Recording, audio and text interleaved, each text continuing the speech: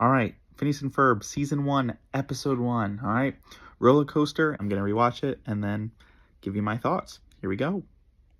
Okay, so first things first, the obvious. Let's get this out of the way. Phineas's voice, right? So the whole show, it is Vincent Martella. It's not like they recast later seasons or even later episodes in Season 1. But he was much younger, and he was probably still determining what voice he was going to use.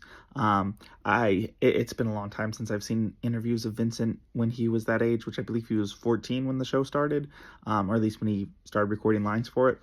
So for all I know, he could have even just been using his regular voice. I don't know. Don't quote me on that. I'm not saying he did. I'm just saying perhaps. Um, so yeah, that totally different. Totally different voice. Yeah, that's the big thing. The next thing is I forgot. Excuse me. I forgot Candace's relationship with Jeremy. It's just so crazy because it's like this.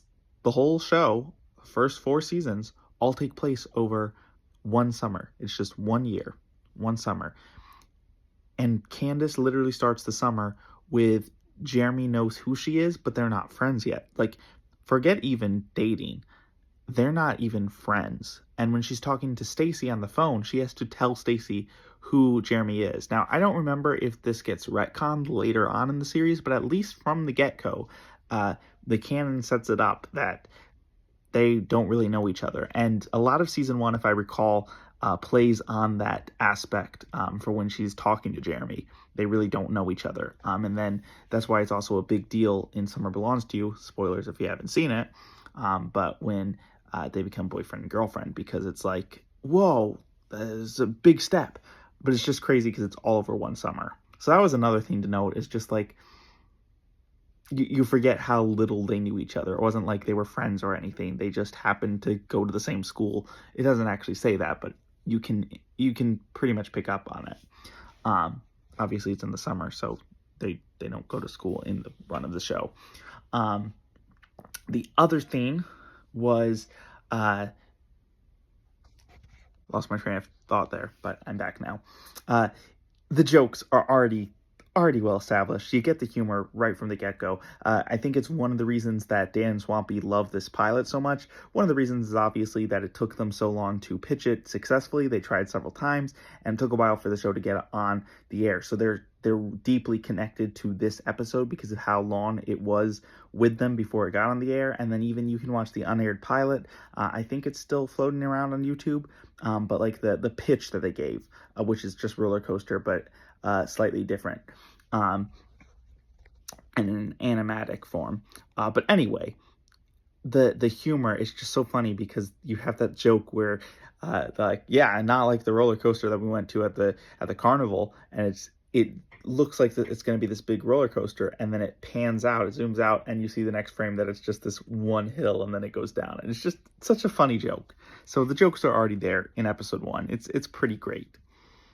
Going back to the voices, a lot of the characters sound different in this episode, again, because they were still figuring out the voices that they wanted to do for them, and then you also have the actors being younger.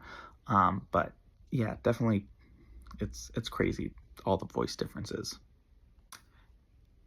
Truthfully, I've seen Rollercoaster the musical way more times than I've seen Rollercoaster the actual episode.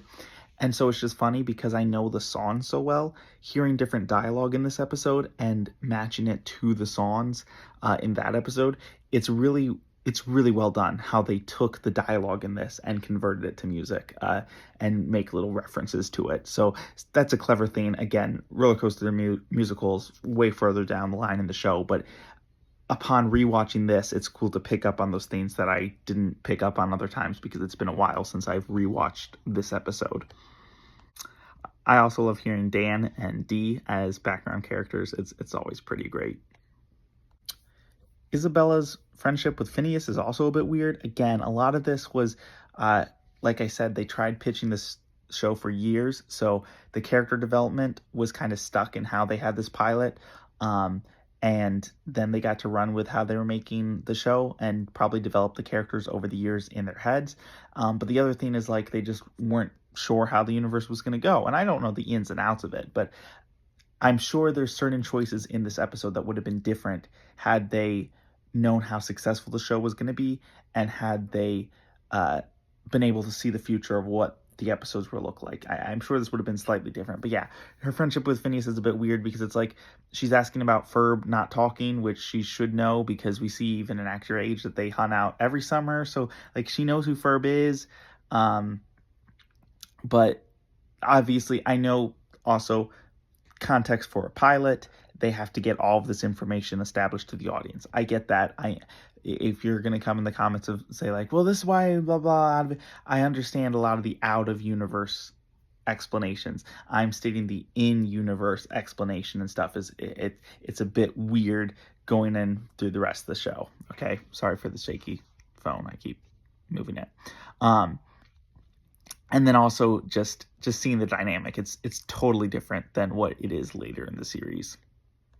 Going back to Jeremy, he does make a cameo in the first episode too, but he's voiced by somebody else, which makes me wonder if they hadn't cast Mitchell Musso yet, or if they weren't planning for this to be Jeremy, or like what the context is for this. Because the thing is, literally the next episode that's paired with this, at least on Disney Plus, I can't remember if they fixed the pairing or not. Disney Plus had all the episodes were on at one point, so I don't remember if the stuff is fixed or not. But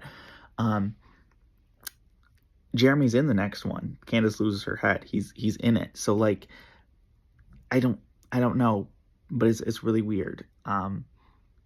Yeah, but and he's at Mount Rushmore, which we know he works at again based on the next episode. So I really don't. I don't know. And by Mount Rushmore, I mean the Mount Rushmore slushy burger, which also Easter egg there. The font that is used on the sign that says slushy burger was the original text font for Phineas and Ferb in their original concept. And then the final thoughts for this episode is it's so funny seeing it pan out at the end of the episode when it shows their yard, because it's like I feel like the scenery around it changes so much and it was never consistent. So it's just funny because like in this one there's literally a mini mart, like Addison's mini mart, I think is what it said. Anyway, and that never comes into play ever, and it's like so close to their house, which is so funny. And then the other thing is just the amount of times throughout this whole show that their tree gets destroyed is kind of funny. So yeah, those are my thoughts on Roller Coaster.